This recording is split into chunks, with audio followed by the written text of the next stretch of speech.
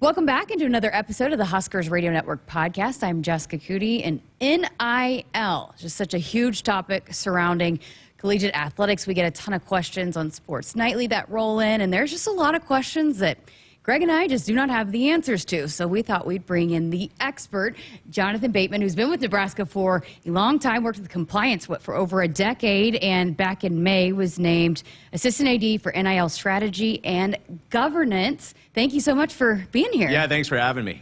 Well, I just said it. I mean, we've got a ton of questions. I know it's ever changing, and we're going to dive into a lot of those questions. But I kind of just, first of all, wanted to start off with NIL, and we've heard athletes come in. We've had Jazz come in here, and she's mentioned your name. And I know Jamie Vaughn has mentioned the work you've done with NIL. So even in the 2 years that I've been here, when NIL first got established, you've kind of taken the bull by the horn in that regard. So what even in the first place interests you the most about NIL before you even took this specific position? Yeah. Well, first, thanks for having me. I really appreciate it. Yeah, so first got here in 2011. I was working with a student athlete, and they said, hey, they wanted to do a lawn mowing business. And they were like, I'm going to have my name on it and say I'm a football player and, like, have their number. And I was like, oh, that sounds awesome. Like, great, you know. Then I started looking into the NCAA rules and found out pretty quickly not permissible to do that. Wow. Without a waiver. So, you know, that was really my first introduction into NIL, and it's always been something that I've really been interested in. It has its roots in amateurism and just have kind of followed it along the way. Well, then July 2021 happened, and we needed someone to kind of pick up the ball a little bit, and it came to our office. So Jamie and I worked on it a lot, the day-to-day, and then it's really exploded into something that we and Trev believe that we needed to have someone on it on a daily basis. So thankful that he entrusted me to do that, and thankful to the rest of exec staff, but also thankful for Jamie to not say, no, you need to stay in compliance. So yeah, so really that it's always been an interest to me. And the bigger part is, like, it's helping the student athletes, you know, and NIL, there's a lot of headlines and there's a lot of misnomers what it is and what it isn't, but it really is another tool for the student athletes to separate themselves, not only now in college, but for after college. And that's how we view it here.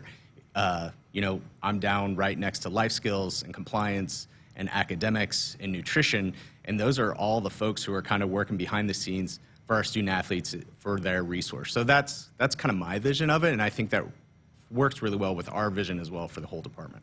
And Travis talked a lot about this, and he said in meetings just the importance of having someone internally that's helping us navigate, because it's ever changing, and how many times we've just seen different tweaks and changes to the laws, and it's been an ever-changing kind of landscape for over the last 2 years. So how did those conversations evolve where he starts coming to you like, hey, what do you think about a position like this? Yeah, so, you know, it kind of started out just as thrown out there, like, hey, we should maybe think about having someone be in charge of this, and just kind of as a day-to-day, because I was kind of doing it as, hey, my normal job assignments, but also, hey, did anybody see this? What do you guys think of this? And, you know, I'm doing it, looking at it anyway. So we really got to the point where we thought, you know, NIL is not going anywhere.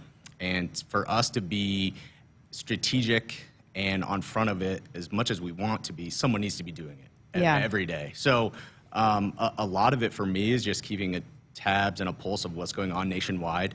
You know, start every morning, like a lot of people in athletics, looking at the ticker and reading, okay, what happened overnight? And then at the end of the day, okay, where are we at? Where's the landscape? And if something reaches to a certain level where I'm like, okay, this is one I need to forward on, I reach out to exec staff, or, you know, we have an NIL committee of folks here from licensing and marketing and life skills in our GC's office, and I'll say, hey, guys, this is probably something we need to think about. So that's a lot of it is maybe not keeping up with the Joneses, but at least trying to figure out what the Joneses are doing. Right.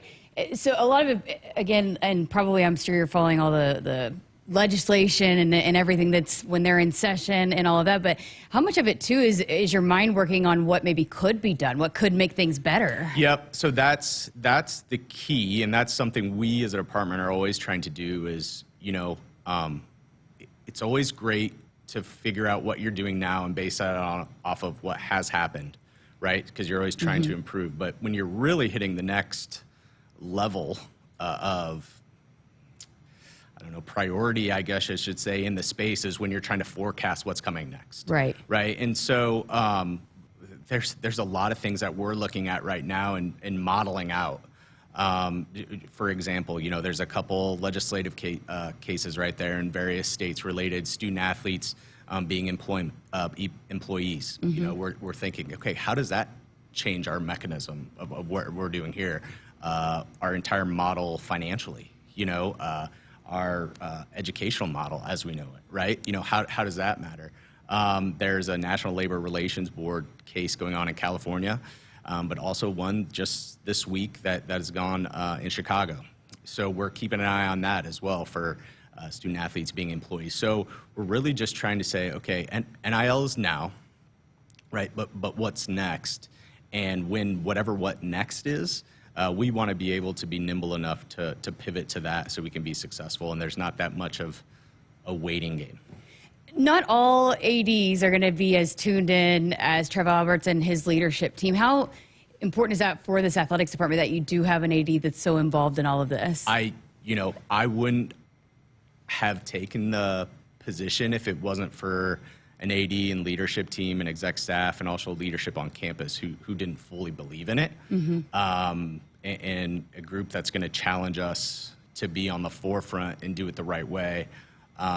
You know, Trev has a great pulse on everything. The text between he and I are a lot of just articles back and forth of, hey, did you see this? Hey, did you see this? Mm-hmm. You know, so I can't tell if it's a one-upsmanship yet, but he's definitely in the lead right now for all the things he sends me. But yeah, I mean, it's great. We're just trying to make sure we're positioned, Nebraska and in the Big Ten, to be successful, because we know to be successful, it's gonna be NIL, it's gonna be everything that we've done, but it's gonna be NIL, it's gonna be whatever's next to, whatever revenue model that is. Had a couple of questions that were submitted, and one of them were just kind of what your workload is in terms of working with admin or student athletes or donors or collectives. What does the work balance look like from day to day on the type of people that you're working with? Yeah, it's all of those. It's all of those, and it's great, and that's the best part of the job, and that's why coming from compliance, still working with all those people too. So it's just in a different role. But you know, it's like anything. It's like any jobs that we have. You just kind of prioritize about what needs to be done. It all comes down to time management. For me, my guiding principle is student athlete first, always. So if our student athletes need something, that's the priority for that day to try to help them, because if we don't have our student athletes, none of us have jobs, right? So really trying to help them out first, but really being, if I'm a firm believer too, you know, is I can be a person who, if I can't get you the answer, I'm going to find someone who can get you the answer. Mm-hmm. I'm not just going to say no and leave you hanging, right? So just kind of being that spoke of the wheel.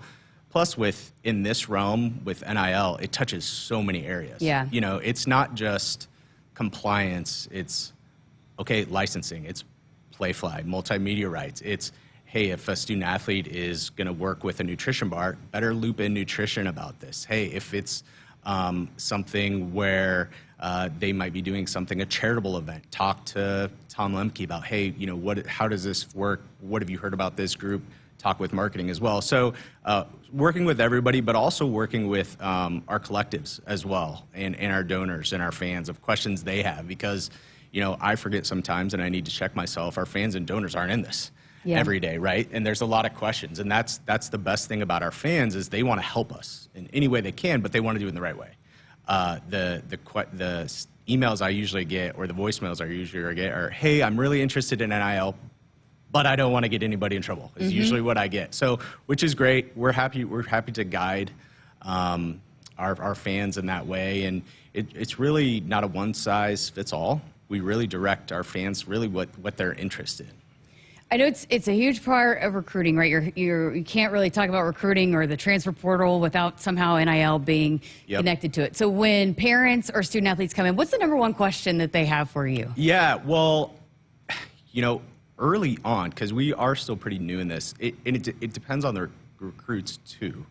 You know, some might have an idea of what's going on. Transfer's a little bit more sophisticated. You know, they've been in college, they understand it, they understand how it goes pretty much. But really what the parents want is, hey, what is the support system and resources you're going to have in Nebraska to help my son or daughter? That's a big part. And two, they're like, hey, what have some other student athletes done here? Like, can you give me some examples of deals they've gotten? So I know kind of where, like, what could I have a chance to do if I come to Nebraska? So that's where we stay a lot of its resources, its, potential opportunities, just by examples of what people have done in the past. When you hear sometimes now, a lot of times you're hearing some of these big time people that are in the portal or what big time recruit. Oh, it's going to take this much NIL money, $300,000 to get this recruit, or $800,000. That still has to be tracked, right? It's not like they're just getting a handout of $300,000, right? Yeah. So the big thing about NIL is you can be paid. You have to do something for the being paid. I mean, and that is, that's been the case since the beginning of time with the NCAA as it relates to work. Is you can be paid, it just can't be a no-show job. So you have to do something for that payment. Now, the tricky part comes in is, what is market value for that, right? And the market is setting itself right now, as we're sitting here talking, and it's been setting itself for the last 2 years about, how much should a student athlete be paid. But it's really tough to nail down because each student athlete is different. Different sports, different positions, different backgrounds, different hometown they're from, different in the community, different academically. So all those things go in to what the individual valuation of a student athlete is. So that's kind of where it's tricky to kind of lock that down. So, and when another big topic too is a little on that note is at one point maybe, and I know there's some cases out there that are going through this, but will student athletes eventually be where the athletics department are paying them directly, like they're just paid employees? What's kind of the status on that right now? Yeah, I mean, I think the status is everybody's kind of sitting and wait to seeing what happens legally and in the court system. Obviously, Congress is looking at some NIL models, but there also there was a state law in California that was about revenue share with the student athletes. It's been tabled, and it won't be picked up again until summer 2024. But that's not the only state out there that's looking at that type of proposal. So that's something we're thinking about as well. Like if we get into a revenue share model, be it nationally, conference, et cetera, what does that look like for us, and how does that change everything we do here for all of our student athletes? And how do you keep that fair from institution to institution, conference to conference? Yeah, that's a great question too. And a lot of times what that comes down to is, if you're looking at it in a pro model or a semi-pro model, a lot of times that comes down to, collective bargaining with players associations to understand what that looks like. Because if you don't have collective bargaining, you run into the antitrust issues, so obviously which you don't want to have. So that is something, not lose sleep is the wrong word, but that is something I think about a lot, about how that would really work in college athletics. Because, if you look at it from, let's just say the NFL, right, it's all those teams in one league, right? Yeah. You look at it in college, there's different conferences, there's different levels, right? So it's kind of all over the place. So I always ask, like, okay, well, what's the trade association or union or whoever? Would it be for a conference, or would it be each sport? Each sport, exactly. Yeah. So it does get a little confusing there. We get a ton of questions. We've gotten a ton of questions on this as well, because this was a big news story recently. The NCAA put out a motto about how basically, it doesn't matter what your state's legislation says, you have to follow what the NCAA bylaws and everything that is in place by the NCAA. How is that going to work when it's, you have your certain states that have the legislation in place, Arkansas, Texas, but yet it's not necessarily what is in place with the NCAA? Yeah, so really interesting to look at. One thing we're keeping a really close eye on what's happening in those other states that just recently changed their state laws and to seeing how they operate, be it Texas, Missouri, New York is another one, but some other states, I know, I believe Arkansas has done that months ago. So, we're keeping a pretty close eye there. One thing I can tell you, we're always monitoring our own policies. We're looking at our own state law to say, hey, is there some things that might allow us to be a little bit more advantageous in this space? So that's something we're keeping an eye on too. I kind of have a checklist of things I check every day of, hey, where are we at as it relates to, these 6 or 7 things.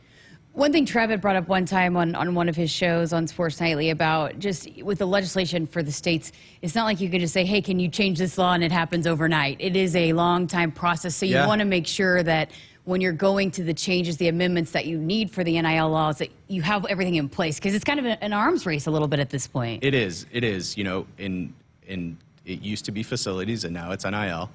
It relates to the arm race, but the 6 minutes in NIL world, might as well be six months. It's just way different where we're at. So always kind of talking with our government relations folks to say like, hey, if we were wanting to do something, or what's the appetite for this, but we're also talking to other folks in the state too about other schools of, hey, this would be a state law for everybody. So we're trying to keep understanding what their thoughts are too. I know Nebraska does it right in terms of, and JB Vaughn, and you were just a part of his team, making sure that it's being done the right way. But maybe some people might say, well, there's some certain schools that aren't. So how is that being monitored, and teams and different institutions being held accountable when they're not doing things by the book? Yeah, well, it kind of comes on each school at the end of the day, especially that's with everything, right?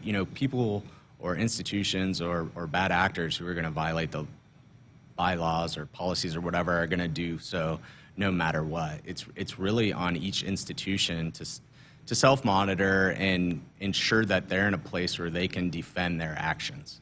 NIL is something that we had to get pretty comfortable with being uncomfortable right away. I will say the first month of NIL, it was like, what are we doing? But now I was telling someone the other day is like, I'm always surprised, but I'm never surprised when someone tells me something about NIL. It's just like, okay, well sure. Like that makes sense.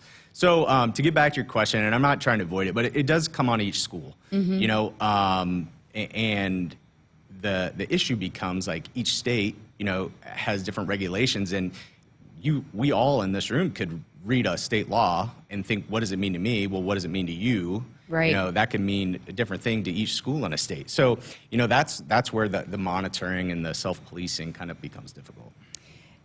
The international students, the foreign students, and that's been a big topic too. And I mentioned Jazz Shelley has come in here and said you've been a huge help for her trying to navigate that, because they're still, with the visas, they can't do everything, they can't partake in everything.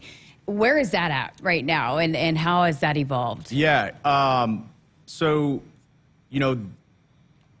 where that is right now, it's really, it comes down to the federal government, right? The student visa is a federal government issue.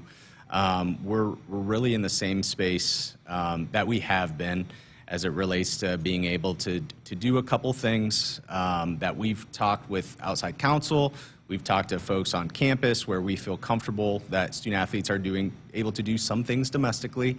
I'm sure people have seen our international student athletes doing stuff on billboards here, but also when they go home, they can do a lot of things. So Jazz just got back. I just talked to her last week. She did a ton when she was back home, but she planned a lot too. She planned for that time being home, and if you're a planner and you have good time management skills, you can take advantage of that. As it relates to where we're headed, the federal government, the wheels turn slow, right? And really just working on a crisis, and unless something rises to that level, it's like, hey, it's not really that important. But I can tell you, we as a university, any chance we get to stump for our international student athletes, to put them on the same footing as our domestic student athletes, we will be on any call, any hearing, any survey, any panel, whatever, just to say like, hey, this is the reality of it. And even if it's not getting them on full up to what a domestic student athlete can do in the NIL space, if we could even get halfway there, it'd be an improvement. So, I've heard, whispers that, things might be changing at the federal level, but you never know. You just hold your breath and keep working as hard as you can, and maybe the dam will break someday. With a lot of politics, it's a lot of kind of, I guess, people not really being able to compromise and come. And I think we've seen a lot of that. We saw that a couple of weeks ago when they were talking about NIL, and there's different people with different ideas of what an overall federal blanket legislation should look like. Are we headed towards that? Do you think that's coming, where it is going to be a federal laws and all of that policies? Yeah, I don't know. I don't know. And I wouldn't want to handicap it. Someone said to me a couple weeks ago, they said they thought less than 20% chance, which I thought was really high, but we'll see. I think I know President Baker and the NCAA is working hard on trying to get something passed for a federal solution. But again, there's a lot of things going on that Congress is working on, and right. does our associations and our schools and our conferences inability to wrap our arms ourselves around NIL really rise to a level that we want to have Congress trying to fix that for us? I don't know. I'm not the one who makes those decisions. I'm the one just kind of follows it. So I don't know. We'll see, but it will be a really busy fall. All of our sports will be competing, and then we'll also be following the court cases and what happens in Congress too. One thing that I had been super proud of, and I think that's been super cool as a female athlete, I didn't play in college, but just seeing the women be rewarded, and we're seeing so many major stories of female student athletes that are really taking advantage of NIL, especially when in terms of the equal pay on a professional level, not really being there. So how neat has that been for you to see, especially because here, Nebraska fans support their women's athletes, that it's providing women's athletes a chance to take advantage of that while they're in college? Yeah, I mean, it's huge, and it's great to see our female student athletes are able to capitalize on their NIL as well. And you're exactly right. It all comes down to our fan base, and they want to support our men's sports and our female sports and all of our women's sports. Maybe not even the sports that are always on TV. It's all of them, which has been awesome to see. And from my standpoint, where I'm at in my office, it's like any student athlete who wants help they're going to get whatever they want from me. And I tell our student athletes too, especially when recruits come in and they're asking, I'm like, I am not going to force NIL on you. If it's something you want to do, I will be there to help you all the way through it, but I'm not going to force it on you. But one thing that's really cool is when recruits come in or younger student athletes come in and they say, oh, I saw Jazz do this. How did she do that? And it's not even in the same sport. It's different sports of saying like, oh, I saw they did a social media campaign with company X. How would I do that? It was like, well, here, or maybe we can grab that student athlete and let's have a meeting and let's just talk about it. So, the support of our fans for all of our teams is great, but especially we can be proud of how they support our women's teams as well. Because I think it can be so much about football and, hey, we got to get the big money for football, but I think it's really great that even, with each sport that you're seeing these student athletes be able to take advantage of that and post on their social media or whatever it might be in commercials. It's just been really neat to see not just football, but our women's athletes supported as well. And in that too, that's, as a department, we believe in that holistic experience for all of our student athletes and our local companies. And when I say local, I mean Lincoln and Omaha, and local, I mean our whole state, really buy into that too. Yeah. Of wanting to support our student athletes and support all of them, not only in the high profile ones. So we can have all the resources we want to try to push forward all of our student athletes, but it really takes the buy-in of our fans and our local companies too. Some people that might be listening might fully understand it. Some people might not. So could you maybe dive into collectives a little bit and what their relationship is with the university? Yeah. So we have a couple collectives in the space. We have the 1890 Initiative and the Big Red Collaborative. when we're going through right now, working with both groups, trying to figure out where everybody's strengths lie, to see, hey, where everybody's the best at, to help our student athletes in their space. Because, even though we're 2 years in, there's certain things that our collectives can do that we can't as a university. We can help educate, we can give best practices, we can talk about, hey, this is what the market is, but we can't do it ourselves, right? So that's kind of where collectives fit in, and we have a great relationship with those folks there. But the other thing is, in NIL, it's kind of, it's not a one-size-fits-all, right? Some on NIL is really straightforward. Our fans can go into Open Doors, and they can, who's a great partner of ours, and they can say, hey, I want to hire this student athlete to do a video message for my daughter. One-on-one, easy, very easy. Some fans say, you know what, I have my own company, I know this individual, I'm gonna hire them, and then I'll report it to Jonathan. Great, very easy. We have some fans who are like, you know what, I wanna support an NIL, I don't have a birthday that I want someone to celebrate, I don't have an appearance, I don't really want an autograph, I just wanna provide money for NIL. So you can provide it to a collective, and then they can help find activities for the student athletes to do and then be paid for. So it's kind of it's a sum of all the money coming to one location, and then they help with our student athletes, making sure they're appearing at the events, they're getting paid, they're doing what they're supposed to, educating on taxes, financial literacy, and all those things, because it just doesn't stop with getting payment for the activity. We believe in a holistic approach where they're learning a lot of things. We've seen a lot of really unique and great deals that our athletes have been able to do. I mean, with the L&K and Allie Batenhorst and the flight to Houston, and just recently Jeff Sims signing with Acres, who's both great partners of ours. Do you have a favorite deal or a memorable deal? Not to put you on the spot. No, it's okay. A lot of my favorite deals is when it's a win for the student athlete. First and foremost, it's a win for the university, and it's a win for the corporate sponsor. Mm-hmm. So the ones that, not to take the company line, but the ones that you said are a lot of my favorite ones, because it's just it's really good. We're all working in the same space, and being able to see. I never thought in my career we would get to see a space where a student athlete is promoting a corporate sponsor. They're wearing their jersey. The N is there. It's pretty incredible to see. We had some really, one of the first ones we had was with First National Bank, not this fall, but the previous fall, I think. Time kind of goes by fast. But they did some things in the stadium, which was really cool, just to be able to see that. So anytime there's that synergy between everybody are things I like. But aside from that, the other NIL deals I really like to see is when our student athletes are putting in the sweat equity part of it. If they're running their own camp or clinic, and they're going back to their hometown and they're saying, hey, a place that meant a lot to me, I'm going to go back there and I'm going to run a camp, and I'm going to give back to all the people that help me a lot. Being from a small town in Nebraska, Plattsmouth, that's something that resonates with me.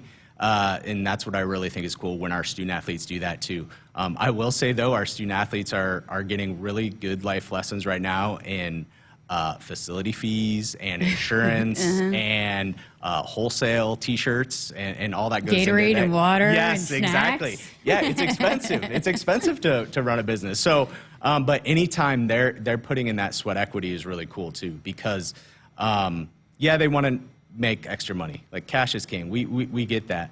But, doing it for a cause that's close to you is really important. Inspiring the next generation. Exactly. I mean, how many of those kids are going and saying, oh, maybe I want to be a Husker someday? 100%. It's all cyclical. And, some of the best part of our job here as we work with our student athletes is, getting to the point of, the two main goals is graduate with a degree, win as many championships as you can. That's the first really cool part to see when a student athlete gets there. The next part comes, 5-10 years down the road, and I can say that now. I've been here long enough, unfortunately, that I'm getting old, but I can say when a student athlete comes back and they say, so thankful for everything you all did for me. Jonathan, even though if you're a pain in my butt at some point, I am thankful and I'm better off for it. So those are the best ones. Sometimes compliance gets the stereotype that, you just can't do anything. Sure. And so you came from compliance, and here you are trying to fight for student athletes. Sure. How did you get to where you were in that mind space? Yeah. So I think the misnomer with compliance, and I can definitely say for our staff too, is like not always the no people. It's like it's no but. It's no but. It's no, can't do it that way, but maybe we can do it this way. And one thing that we've always really believed in is fighting for our student athletes and our coaches. They might not believe it, right? Because I think there's that natural, I don't want to see it antagonistic, but there's that natural friction between anybody who's, I'm trying to do this. This is the one group who tells me I can't do that. Yeah. So there's going to be that natural friction. I will say, our staff has a really good relationship with our compliance staff, our sports, so that's really helpful. And even still in this new role, got to tell people no sometimes, which is okay. No is sometimes seen as a bad word in 2023, but you got to be able to tell people no, which I'm fine with, and I keep thinking about too, people have probably said or thought about me tons of things. So I'm just fine with it by this point, really. That's okay. Okay, I just got a couple more for you. What's the number one challenge in navigating and dealing with the NIL in your role? I would say the unknown. The unknown is probably the most difficult. But that's with any profession, any job, I think, is just not knowing what's coming next. Because if you know what's going to happen, you can have a plan, but it's like that Mike Tyson quote, right? Like everybody has a plan until you get hit in the face. It's kind of like, NIL is kind of like that a little bit. It's like, I think everything is going great. Well, then one state changes their law or one memo comes out from the NCAA or one lawsuit is filed and you're like, okay, well that last week's work that I put together with our model for year X, well, we're going to scrap that, and you just have to be okay with that. You have to be okay with, hey, we're planning for what I know now with the best knowledge I have. So that was the biggest challenge. What's the biggest reward? What's the number one reward? Just seeing the student athlete succeed. Easy. I mean, just seeing them succeed in a space and take advantage of a space that their predecessors weren't able to participate in is definitely the biggest reward. And that's been great to see. They're able to save money for themselves, set themselves up to succeed financially after college, help out their families, help out their local communities. That's for sure been the best thing. How many times have you had student athletes come back and say, well, why couldn't you make this happen when I was a student athlete? Every week. Yeah. It's either text messages or they'll stop by and they're just saying, hey, I was just here on a tour. And then we'll kind of talk, pleasantries, getting caught up on family life. And then it's like, so why couldn't I do NIL when I was here? And then the next question is, how much money do you think I would have made when I was here? So, that is always interesting. But I will say, the majority of our former student athletes, they are really happy for our current student athletes and what they're being able to do. Which former student athlete that you worked with would have made the most money? Man, make somebody mad? I don't know. I don't know. I probably will make a lot of people mad, but I make people mad all the time, so that's okay. I think and it's not always due to their athletics, right? Mm-hmm. Right? It's kind of their whole personality, the whole package. And I would just say, Kenny Bell would probably be a really good one. Mm-hmm. Kenny had a pretty good personality, still does. He, did really well for himself athletically. I think DeMornay Pearsonell would have been another probably good one. And those are both two guys that just have come to me recently and asked about NIL when they were here. So those are probably, exactly, fresh on their mind. So if people are listening and have questions that maybe we didn't get answered, want to go about maybe signing on a student athlete, want to get involved with NIL, where would you point them to? Yeah, so first space to go to is huskers.com/NIL. A lot of information there.